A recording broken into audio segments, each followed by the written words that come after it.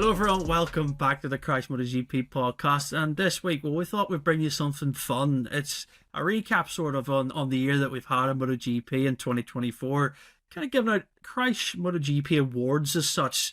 You obviously get the official awards get given out at the prize ceremonies, and let's be honest, they're all a bit boring, aren't they? We're going to talk about our awards, and not to say they're official or anything, but this is our official take on them for the 2024 season. Joining me, Jordan Moreland, as ever, is Lewis Duncan and Pete McLaren. Gents, we'll start off with the easy one, I think. It's the Rider of the Year. Get that out the way. I mean, I think we're going to be all on the same page here. I'll start with mine. It's Jorge Martin for me. Shock, what a surprise. It's the MotoGP World Champion. But I'd be interested to hear why. I hope you've all picked Martin, because I'm asking this question, assuming you have. Why do you think he's the Rider of the Year? Pete, I'll start with you. Yeah, I went for him as well. I just think to beat Bagnaia on the same bike, that little bit of history as a satellite rider as well, winning the title for the first time, the step that he made from last year, showing that he'd improved as a rider and everything else. I mean, it's always hard, isn't it, really, to bet against the champion as the Rider of the Year. That's the whole point of the championship, isn't it? is to determine the best rider. So, it's not always obviously perfect. It is a technical sport, but I think on this occasion, Martin definitely deserved it. Lewis, is yours Jorge Martin? Yeah, I think so. I mean, people will argue, Pecco, he had 10 wins, but Pecco blew it big time. He had 10 wins and he still didn't win the championship. That's a major bottle crash right there. I mean, Martin, I think you have to give credit to the fact that he was really kind of on his own after Mugello, after that, decision from Ducati to go against his original plans to promote him to the factory team.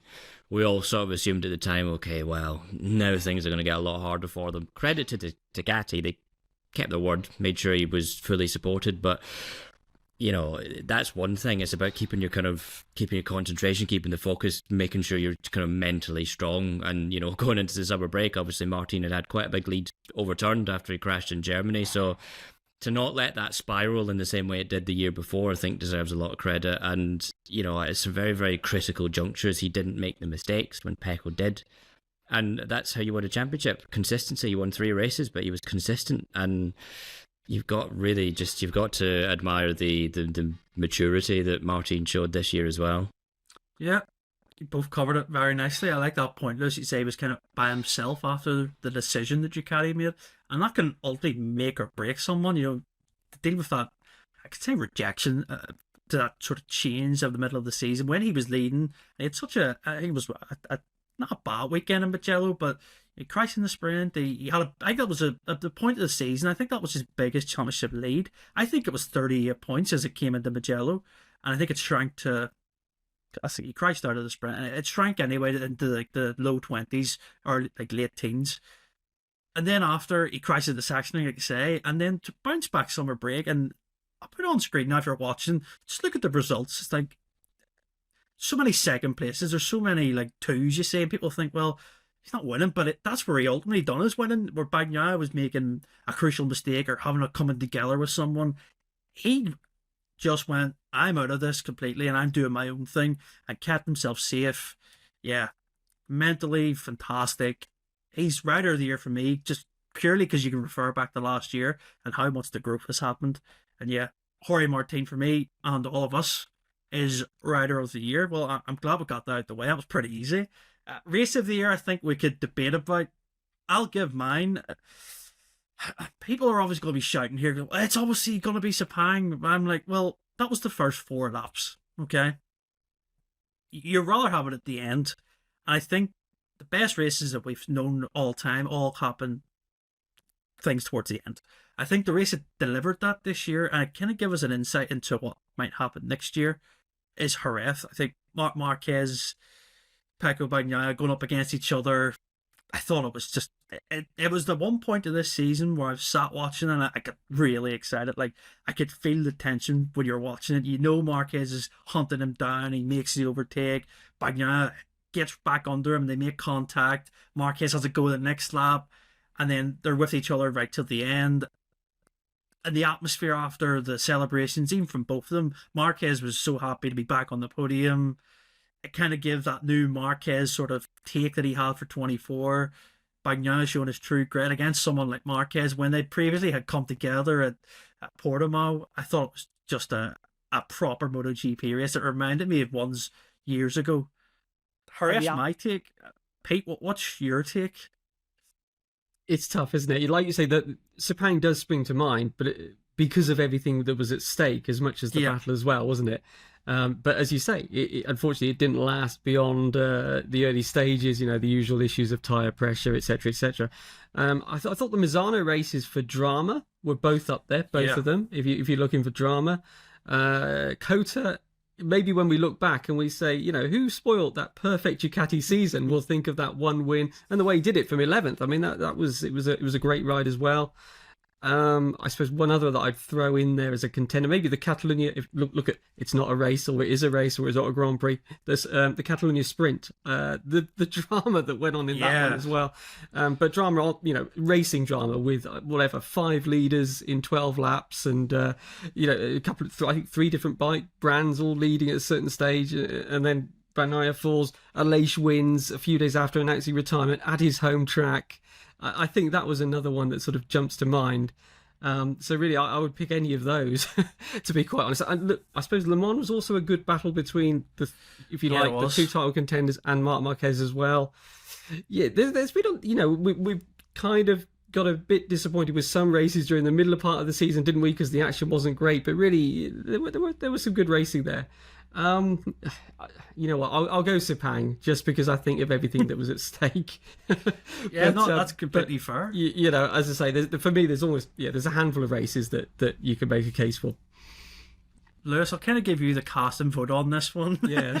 Well, I think I'm probably gonna piss in the porridge of everyone who says Sepang, really, because my problem with Sepang was like those first 3 laps, yes, were fantastic, but the rest of that race was dull. It was absolute garbage. It was not even worth being up for. And I'm sorry if anyone wants to complain to me, by all means. I'm not going to listen to you, but that's fine. You can complain. My DMs are open. But that a race isn't about the first 3 laps. The race is about the end of it, as you say, Jordan. You look at all those great battles from the past. Barcelona 2009, all those Austria last lap battles with Mark and Dovi, all those things. Silverstone 2019. Yeah. You know, there was loads of races in 2019, you know, back when, you know, MotoGP was much better than it was now. Again, anyone upset by that, just go back and watch it. Sorry, that's my defense. Yeah. But the reason I can't, you know, people, because this happens all the time, and this used to happen in F1 a bit, when you'd have a really boring season and you'd have one really exciting race because it was wet and everyone's like, oh, well, I thought F1 was boring. And it's like, okay, you wouldn't say a band is good because they released one song when the rest of it's all rubbish. It's the same thing here. You know, Sepang was a good first 3 laps, but the rest of the race I don't think was good, because I don't want to see everything done at the start. You know, it's like watching you don't want to watch a film and the best of be the first 10 minutes, and you've got 2 hours of, you know, nothing, you know. Constant, yeah. You know, so that's why for me I think Jerez has to have it, because it was like MotoGP at its best. It was like those old battles that we did, or battles from just a few years ago that we rant and rave about still, you know. And obviously you think you throw in the aspect of Mark on an older bike, where maybe at the time its deficiencies weren't as prevalent as, you know, as it might have seemed against the GP24, but like the GP23, even at that point, it wasn't a great package all in all. Yes, it was a championship winner last year, but you listen to the riders and they didn't really like it. You know, the engine braking was a problem. Just all of it wasn't Ducati's best work. So to have that as well, and that was his 4th race on the 4th weekend on the bike, and to be fighting with the guy who everyone thought was going to be world champion. You got to give Mark a lot of credit for that, and I think that's what gives that race that extra spice. And like you say, Jordan, it was this sort of preview for next year, hopefully. You know, coming off the back of Portugal as well, which was obviously, it just had all those elements, you know, that needle from Portugal, the future situation wasn't really known at the time. We were waiting to see, could Mark really be back up the front? And I think Jerez delivered all those things. So I'm gonna give that one to Jerez. Yeah, and also to mention, a bit of drama in it too, with Jorge Martin crashing out. He was championship leader. He hadn't made a mistake at that point. It was just one of those weekends and races. And even I think about like that weekend at all, like that sprint race was chaotic. There was the damp patches. It was so tough to watch. Everyone just crashed at the same corner. Marquez crashed at a lead in the sprint. I mean, Quartararo was like 21st to like 3rd and then got a tire pressure penalty. Danny Pedrosa ended up on it was just an incredible weekend at Jerez. But the Grand Prix I thought was proper MotoGP. And like, I think I always seen people say that would be a race they want to go to off the back of it. They all want to go to Jerez now. They all want to see something because it has that stadium section, it has the last corner. I think it's, Jerez for me. And no hard feelings, Pete. Sepang was fantastic, but I wish it was the last 4 laps instead of the first, But that's it. So it is. Anything you want to add, Pete? Yeah, just I think one of the things about Sepang is that it's been quite rare that we've seen Martin and Bagnaia battle at all in the last 2 years. And actually, even when you go back to Quartararo and Bagnaia in their title year, they didn't seem to battle at all on the track. So it was just, obviously, the season builds up. I think the actual racing, as in if you took all the numbers off, if you took all the, you didn't know who was on what bike, absolutely, I wouldn't rank Sepang as the best race of the year. For me, it's when you combine it with everything that was at stake, and we had the 2 guys fighting for the championship that were fighting with each other, and even after they'd broken away, there was still the knowledge that Martin was pushing him. If one of them made a mistake, that was it with the title, really, wasn't it? So again, I take your points as well. That if you look at pure racing, absolutely, it wasn't the winner. But for me, I was just pleased to see the guys fighting for the world championship really going at it, because it's been quite rare to see that. Yeah, it's completely fair. And just on that, if you're wanting to watch something over Christmas, Pecco Bagnaia and Ducati have a 3-part documentary series. It'll be out by the time this comes out, all 3 episodes. Give them a watch. It's the last 3. Each episode is the last 3 rounds of the season. So it starts at Thailand, and then Sepang, and then Barcelona. The Thailand one is fantastic. The Sepang one's really good. You see Bagnaia's reaction after that sprint crash and stuff. You get such a great insight to what way he was thinking, and just the atmosphere that his side of the team felt. I really encourage people to watch that. It's really good, and credit goes to Ducati and how they've done that. I think it's really good putting someone who's their lead rider and showing the sides of what a rider goes through. It's just, really worth watching. And I think a lot of teams, and especially MotoGP, could take a lot of note from it, because you get so much insight from 15-minute episodes compared to a very unsuccessful Amazon TV series that came out, which wasn't the best. But we'll park that there. This kind of goes to what Pete's saying. This is performance or ride of the year. This is an award that I think one came to mind straight away for me, Pete. I'll let you go first on a ride or performance of the year. Who does that go to? So I've tried to go for something unusual, actually. So I just feel that Johann Zarco needs something for the effort that he put in.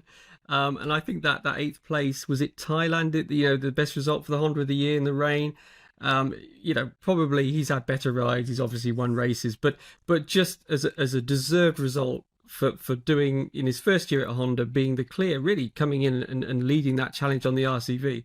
I just think that it didn't make the headlines. It's not obviously going to grab the TV cameras, but that for me impressed me. Zarco's year as a whole.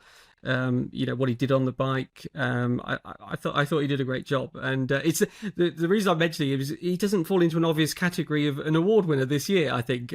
So I'll give him that one, if that makes sense. So a bit of a strange answer, but I just believe that Zarco deserves something for this season, and so I'm going to give him that one.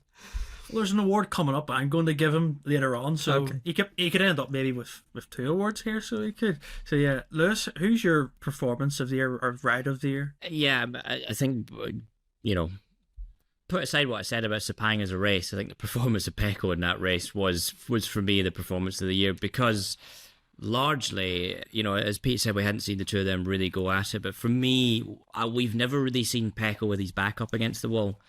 You think about the, 2021, he kind of came on song late in the season as a championship contender, but he wasn't expected to win it. 2022, he was going up against a Fabio Quartararo and a Yamaha that was on its way down the grid. And in 2023, he was going up against Jorge Martin, who wasn't really expected to win the championship. So we've kind of not really seen Pecco with his back truly up against the wall, and therefore we haven't seen how he would respond to that pressure. And obviously coming off the back of that sprint crash and basically looking like his championship was game over, to go out in that race and absolutely just go hell for leather with Martin for the first 3 laps, and then dart off into the distance as if he was on a Sunday ride. That was proper, proper world champion stuff. And, had he gone on to win it in Barcelona, then, hats off at that point. But I think for me, that was arguably Pecco's best race of his career, let alone just the best performance of the season. Yeah.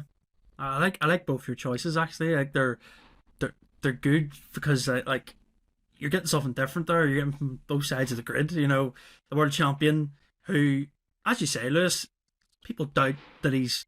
I can't believe me actually saying this. Some people actually doubt Bagnaio's talent of actually that he's a really good rider. You don't win MotoGP World Championships, multiple of them, if you're an okay rider. I mean, you're a top level rider, and yeah, I take the point of that. And like you say as well, Pete Zarco, I think he's became even better on a Honda, which is weird to say, like compared to even maybe his Ducati times. Like he's not matured. I think he's actually leader is almost a word for him at Honda now, which maybe people wouldn't have thought because previously with his KTM, sort of how that relationship went, and the bike wasn't there for him and he kind of struggled. But I think Zarco's knowing his value now and what he can contribute towards Honda. I mean, he even done the Suzuki 8 Hours race as well for them, and it's like he's becoming like a figure.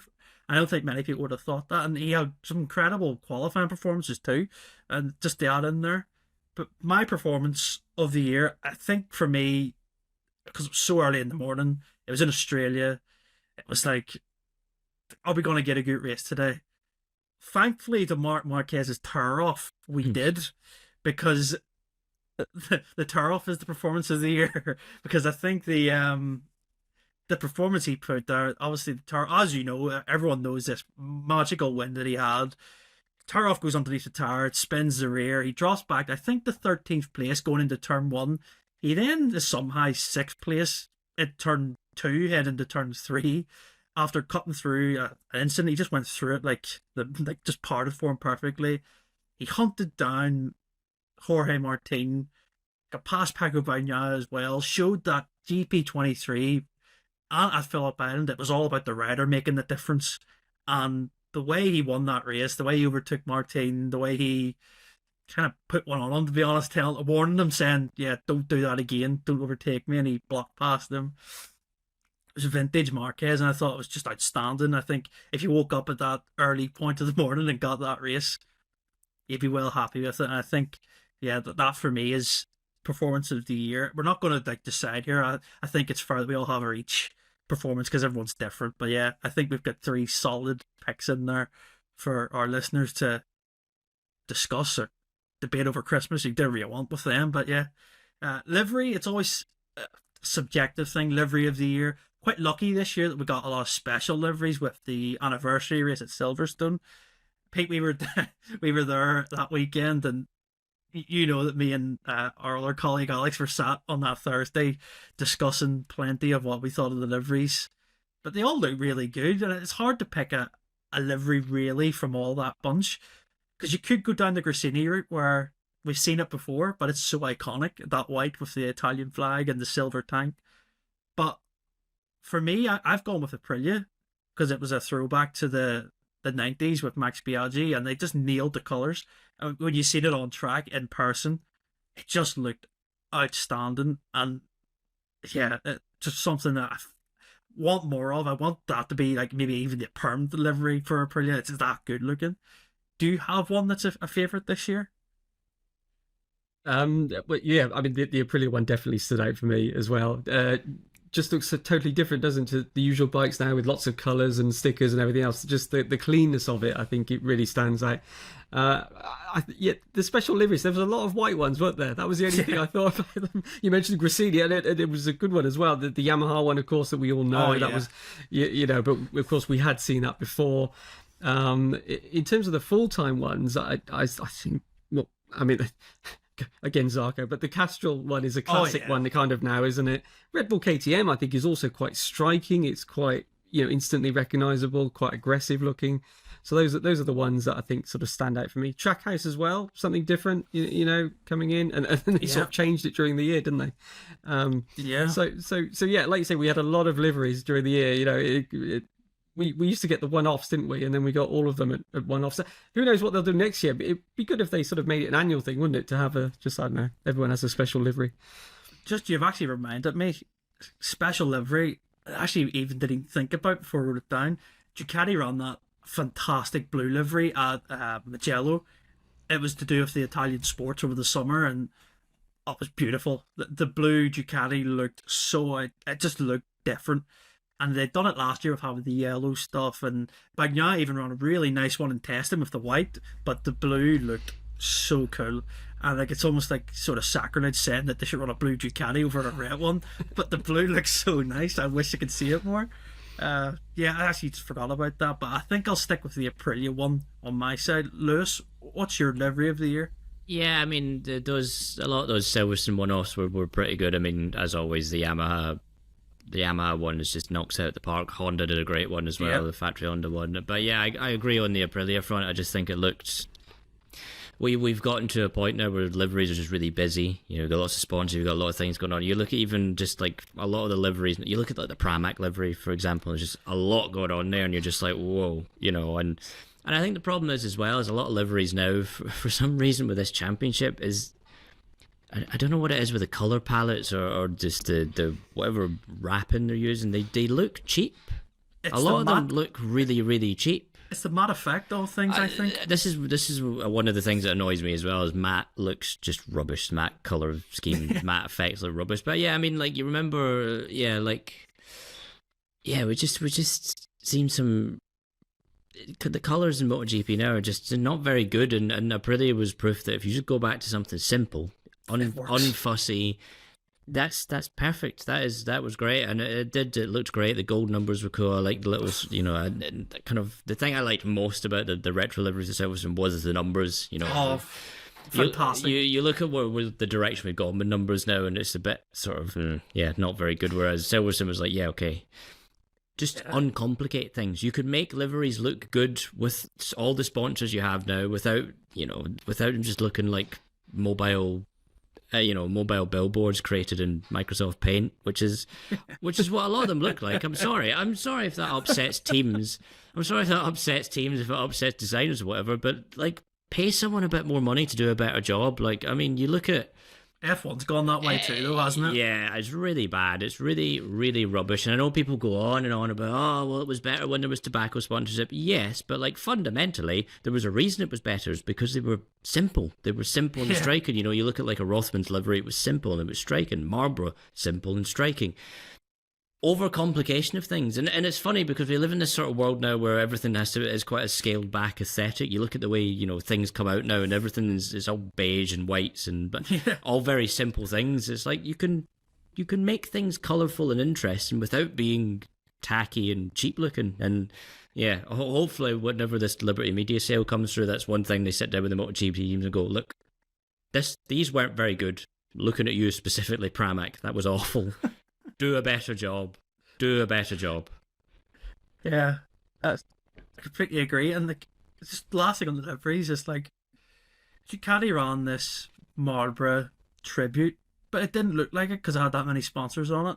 And it's like, it won the race with Enea Bastianini, and it looked great in person. The red was really bright compared to the current red, but it just didn't look like the livery that they were trying to get across because there was that many sponsors. And like you say, with the yellow number plates, I would have given extra 10 championship points to Honda, Yamaha, get the Castrol livery that LCR ran. It just striked when I see them in person. And to get back to the matte effect, the Aprilia was really glossy and it was shiny. And when you see it go past, you just went, that looks like it's worth £1 million. Like, you could just see it looked cool. It looked like a Batmobile almost, because it had that shine off it. I love that livery. And Aprilia, if you're listening, please use it again, because I know you're using it for your road bikes and certain models you're bringing out. Bring it out for next year or something. Use it at a race again, because it's so nice and fans really love it. So yeah, plenty of selections for liveries there, but we just want things to look cool again. I think that's really it. But make MotoGP cool again. Make the liveries great again. That's it. We'll go for that one. Make it glossy again. Yeah. Gotta get that hashtag when I put this podcast out. Make it glossy again. Yeah. People will be so confused. So they will. Yeah. Team of the year.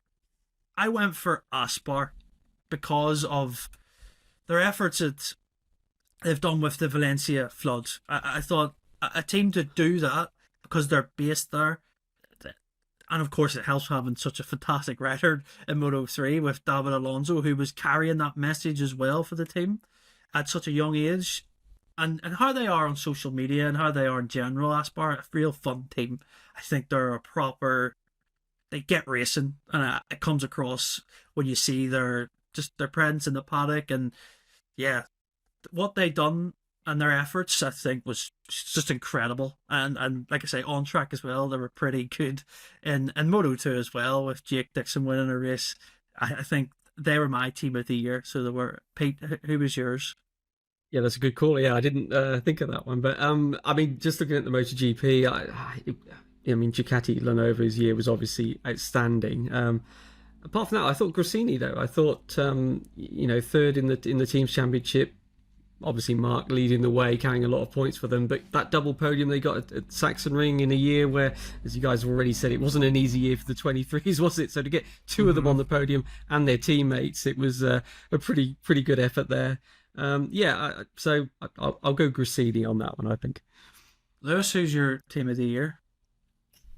Yeah, I mean, I think I kind of agree with Pete on that one. I think, the easy answer is to give it to Pramac, and they did a fantastic job. But, Pramac is essentially a factory team with different stickers on it. Not quite the same level of engineering support as the factory team, but they're not, to call them an independent team champ is kind of a bit sort of a stretch a little bit, let's be honest. But Grassini is a true independent team. They don't have the same factory support. They have a couple of engineers. To have a rider like Marc Marquez come into that surrounding and to deal with the increased media exposure and pressure and stuff like that came with it, they dealt with that really well. Their kind of fan engagement was really good with the film posters before every race.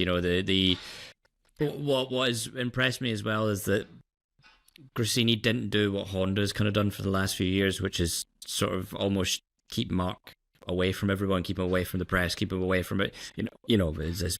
As you guys remember, Honda was one of the only teams that had anyone go to the hospitality for media debriefs for the last couple of years when all the other riders were brought to the media centre. Grassini didn't kind of default into being like, oh, well, now we've got Marc Marquez, we can do whatever we want. They kept that kind of small team nature. And if anything, they kind of almost set a new template for what small independent teams can be, and that they can be this attractive ground for big talents if they haven't got a situation that satisfies them. And I'm looking at one rider in particular over the next maybe year or so, next 6 months, 8 months, who might have a big decision on his hands, in Pedro Acosta, with what's going on at KTM. If there isn't somewhere on the grid that satisfies them, then Grassini has proven that is not a bad option at all. And the GP23 wasn't great, and Marc Marquez is Marc Marquez. He overperformed on that bike, but the team did a fantastic job to support him, and without that he wouldn't have the results he has now. Yeah, completely agree. And on that, may as well plug it. If you haven't listened to it, Frankie Carcetti joined us, I think it was last 2 weeks ago, maybe. Yeah, 2 weeks ago he joined us on the podcast. A fantastic just insight to that year of working. I think it's well worth a listen, and he kind of touches on that atmosphere that Grassini have built. And I think credit goes to everyone on that management side, Nadia Padovani, and what they've done even when they came back. And I think it was 22 officially, wasn't it, with Enea Bastianini, and even then it looked like a great team to be a part of. And they just they landed with Marc Marquez, and you say, Lewis, they brought out a completely different side of them with the weekly sort of Grand Prix movie theme posters that were so good. Some of them are so fun. Like, I mean, go back and look at them all. They're all on their socials. Some of them are absolutely brilliant. I think there's my favorite one's like the Shining. They kind of done a tribute to that, and Mark's head peeking through the door. I think it's so good. Like, they played on it so well. But yeah, a team of the year is perfect. I think for anyone that we've mentioned, I think they caught the imagination of fans. And I think that's what you need to do in this sport to be successful. Not on track, but outside of it, because it's the bigger picture. So yeah, I like those two that we've talked about. Overtake of the year. Now, officially, it was given to Marc Marquez, I believe, by the fans for MotoGP's one. I think it was on Jorge Martin at Phillip Island. I mean, it was a good overtake, but personally, Marquez done better ones this year than that. I can think of one where he hit Pedro Acosta at 160 miles an hour at the fast turn at Mazzano. I think it's the one after Cavone. I mean, 160 miles an hour it was the last lap too. Made it clean, made it stick. Just so brave. But for me, my overtake, Pecco Bagnaia, lap 1 at Jerez, down into the dry sack or the Danny Pedrosa hairpin. They went round the outside of 2 people and slotted into second place on a full fuel tank. The helicopter picks it up perfectly as well, and you see it on the TV angle. He just glides around, and he almost just like fits back in perfectly. Just incredible. I think, yeah, that's mine. Pete, I know you're seeing you nodding your head there. Is that the one you've gone for? Yeah, that's the one I went for as well. Yeah, like you say, to do that on the opening lap when your tyres are not quite up to temperature, full fuel as well, and the riders that he was going around, and to make it look perfect, isn't it? Not like he ran wide or anything. Yeah, really, yeah, that one stands out for me. I mean, Marc Marquez and Bastianini, because they qualified so badly, quite a lot of races, they had a lot of overtakes that we probably didn't see on camera that we may well have missed. And yeah, we've spoken enough about Sepang, but some of those passes where they were on the limit there, you could pick a few there as well. But yeah, I think Jerez is, if you ask me to pick one that stands out, I think that would be it. Lewis? Yeah, I mean, I think your original shout there, Jordan, of Marco and Pedro Acosta through Cavone. I mean, that's some proper, proper brave stuff, and especially with these bikes, they're really, really, really bad bikes to race with. Like, there's so much turbulent air, and then the riders just they are nasty pieces of work, and to do stuff like that on those horrible machines is really brave. But I can see I've lost the vote on this one, so I will graciously concede defeat, because I mean, that was proper good stuff from Pecco as well, because he tried it, was it the year before in Thailand, and didn't quite work out. That's right, on the second to last lap. So he did make it stick. Yeah. It was nice to see him try it again, having obviously learned that lesson and go, okay, how can I do it this time? Yeah, so I don't disagree with that one. To be fair though, like, trying to think of genuinely good overtakes from that season is a bit difficult. It's the hard. memory goal from those races. I did also hear a very interesting rumor about the Marquez fan vote. One was that they had to try and have a way to make sure that Mark would come to the awards in case he didn't finish third in the championship. So I don't know how true that is, but that was the interesting rumor I had. Well, the way I see it, if Marc Marquez is in a poll and fans are going to vote, he's got the biggest fan base, so I think his fans are going to easily do it. So the way that... Yeah, there was a social media study a couple of years ago where Mark had 5 times more followers on Instagram than the next best, so the next highest in MotoGP. So, if any sort of fan vote's really going to be one-sided in that case. Right, next, the penultimate award is Most Improved. I can count across all classes. Doesn't need to be a rider, Pete. It can be a manufacturer. It can be, I don't know, anyone you think of. Most Improved. Have your shout, Pete.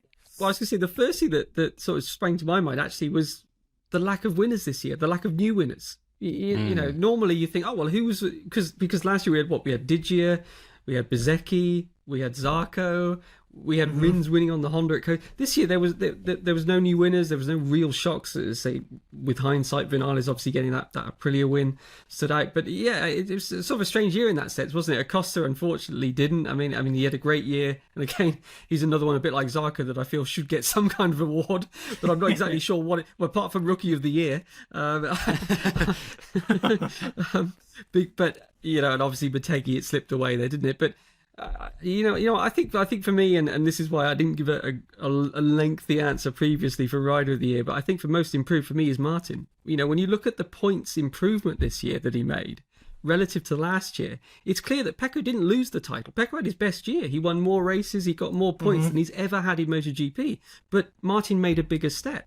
And I think we do kind of think that Pecco just threw it all away, don't we? And you, of course, with all those DNFs and everything else. But there's no doubt that Martin on his side delivered an outstanding season as far as stepping up and improving, to answer your question, Jordan, compared to what he did last year. I think it was, 428 points. I wrote this down last year.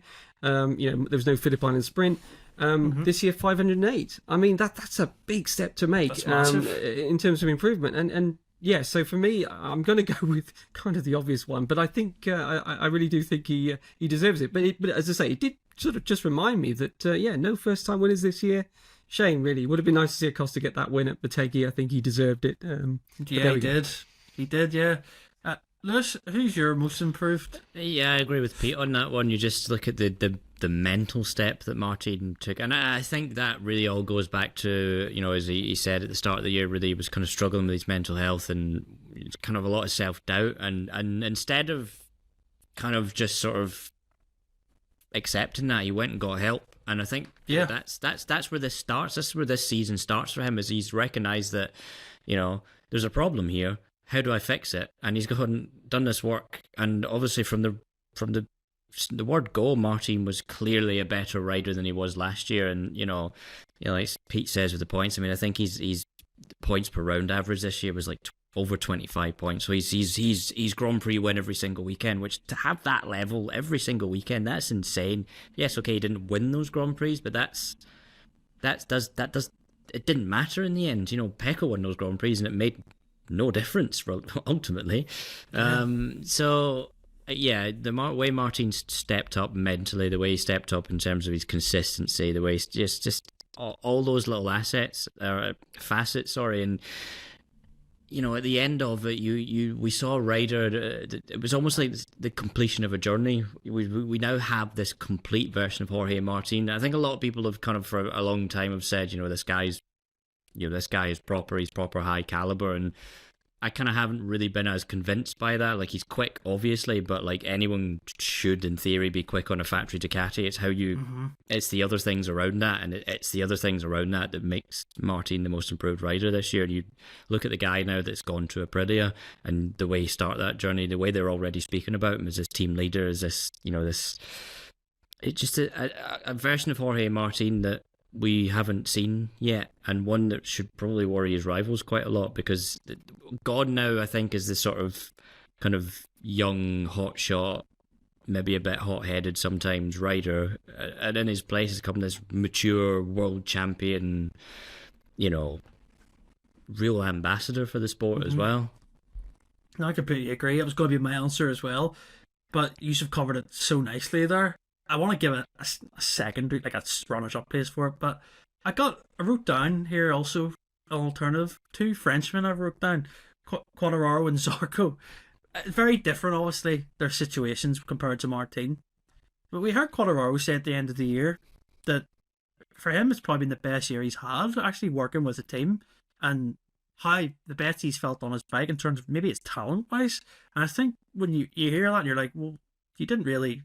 The results don't reflect it, but when you hear a world champion say that, and you see the incredible performances that he put in qualifying, and it's some really strong results, and maybe in the past, Fabio you would have seen him lose his head a little bit, and he would show it a lot more. He would be frustrated. I even think back to his rookie year, where he would get pole position, and he'd be like devastated that he didn't break it by another 2 times, and you're like, just get pole position, like, this is a good thing. But now he's grown into that leader at Yamaha, and people obviously will question, could have left and say stay at Yamaha maybe for money or the project, but I think they're missing the point with Quartararo. I think he's grown into this absolute, he's rock solid, doesn't rarely crash. He unfortunately gets caught up in incidents, which the nature where he starts on the Yamaha, he's talked about it as well, where they have to be so precise, and everyone else they have more horsepower, they have more engine performance, and they just get caught up in these incidents. But what Quartararo does is, I think he's been a credit to Yamaha this year and the direction that project's going. I think they're making the right steps for the future, and I think the same applies to Zarco. Kind of touched on it there. Became this almost, and I don't know, he's one of the oldest on the grid, but like he's showing that like the maturity side, which I think. These two, for improvement wise, I think over the years it's been incredible. Like just to see that. Is that fair in saying? Yeah, I think so, and I think on the Zarco one as well. Like I really didn't back Zarco to really do anything on the Honda this year. I thought like he really had underperformed on the Ducati. Yeah, he got that win last year, but I mean, that was after how many races? You know, Yeah, it just, well, he just really never got there. And he said himself after this year, like, I didn't really make the most of that Ducati opportunity. And we saw at the start of the season, Zarco was quick, but like there was a lot of mistakes. There was kind of, and as Lucio Ciccinello had said as well, like to the media he was one thing, but behind the scenes he was a completely different kind of character as well. But as the years gone on, as the other Honda riders have gone, have said, have been, Joan Mir especially, some of the things they've said about the project. Taka said quite a lot of negative things about the project. Luca Marini's kept a level head, but Marini's, until kind of the back half of this year, was really kind of the worst place Honda generally. Zarco really took things forward. He was like, he's like, okay, this update was bad, but that's good. It's good to have bad information because now we know that's not the direction to go in. And it's this kind of philosophy that he's brought about with him that Honda will really, really benefit from next year. And, I wrote a feature last week or the week before, whenever it was, about kind of arguing this point that Zarco's really Honda's leader now because of... Yeah. He's clearly been shaped by past experiences at KTM and how not to approach a factory project and how a struggling factory project could go as well. And he's learned those lessons and he's applied that. And I just think the wisdom that Zarco's brought is a really neat thing for Honda to have as they try and develop their way out of this hole that they found themselves in. So, yeah, I think Zarco deserves a lot of credit this year for, just really taking himself to a new place I didn't really think was possible. I agree. I think all the suggestions for improvements, again, like you say, different ends of the championship, isn't it? You've got someone who, in Jorge Martin, like you said, just so different now. Like he's just like the book ends the chapter almost. Like the growth of someone, now he's got a new project and he's a new person, new rider. But with Zarco and Quartararo, like they're at different points of their career, but you're seeing different traits almost. I think it's fascinating. I love that side of it and how a rider can, as you say, Lewis, it might, on a Honda side, it's bad data, but then Zarco's like now going, well, we know why it's bad now, so we have it, we know, we have an answer here, and they're looking at it in a turn of thought, like, well, this can change almost, sort of thing, which maybe Honda wouldn't have done in the past with stuff. So, yeah, I think that's nicely put for the most improved. I think anyone that gets it, like, that we've talked about, deserves to be, in that caliber that we've discussed. And the last one I have is moment of the year. Anything you can think of, a certain moment that you thought, wow, this is it's pretty cool, or it's a good, or a talking point of the year. I think the obvious answer for that one is the Ducati factory U-turn, that Monday after the Italian Grand Prix when the reports first came out that Martin was walking away, and then of course he signed for Aprilia that day, and it became apparent that Mark was going to go to Ducati. Just that whole, obviously it'd been building to that point, and we came into that weekend expected one thing, and then we had Mark going, well, I'm not going to Pramac, it's factory bike, or it's Gresini in a factory bike, or I'm going to walk away and go somewhere else. It was a real soap opera played out, and and it took twists and turns that nobody thought, I don't think anyone saw what happened coming, really. And I think that was it. That was a real big moment for MotoGP in terms of there's this massive thing going on, and the story just, it's a really good story in the end, really, when you reflect on it. You've got, the championship leader nudged out, Mark's gone back to a factory team, really throwing his weight around again because the real Mark's back, and now Martin's gone to Aprilia, then he's gone on to win the championship. It was all the makings of great drama, really, and so I think for me that's got to be the moment of the year. Yeah, I think you almost look at that story. It starts with Marquez leaves Honda, can't you really? It's like it all leads to that moment. Like, I know the Gresini moment is obviously signs there, it's a big deal, but everyone was kind of talking, well, where's the next move going to be?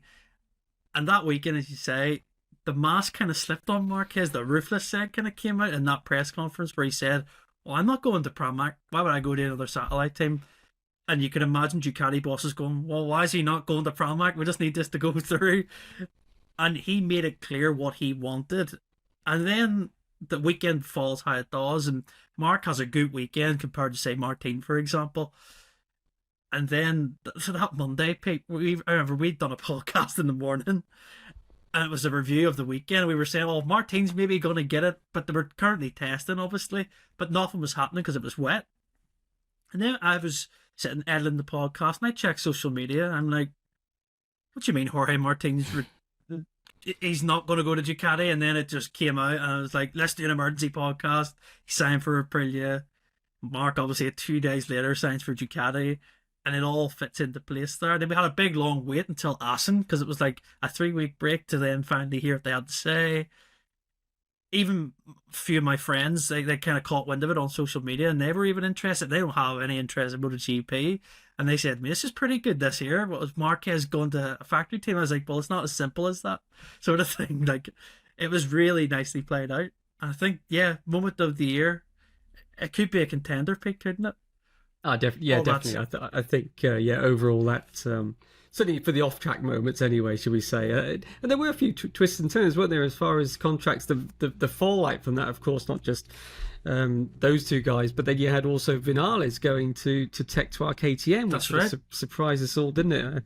I think it even surprised Aprilia, and they thought that he was going to be staying. So yeah, certainly there were some moments there on track. I guess there was the drama with Bastianini, obviously, in Martin on the last lap. That's an obvious one. Pecco's mistake in the sprint at Sepang, the last big fall that was the moment when it became clear that this is really, Martin's got one hand on this, and it is going to happen. I think up until that point, we weren't quite sure, were we, as you guys have explained earlier, can he deal with this pressure and really bring the title home with all of the, knowing he's leaving the factory, now it's getting to crunch time, knowing that he struggled with the pressure a year ago, all of those kind of things. So, yeah, it's been quite, because of the contract cycle, it has been there's been plenty of off-track news, hasn't there? Yeah. Let's see what happens next year. Obviously, in theory, next year should be a quieter year, but but then it was supposed to be the year that Mark left Honda, wasn't it? So let's see. True.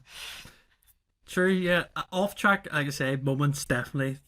That transfer market, as we could call it, it felt like a little transfer market, like having football, like, as such, or like an NFL sort of like deadline for like free agency. Like, everyone was kind of moving everywhere. Like, well, when's this going to stop? And it was really nice. I really enjoyed it. Obviously, working on it and stuff and talking about it was so fun. Like thinking, would he go here? Or there's pictures of Marquez walking into a Red Bull thing. People are going, is he going to go to KTM?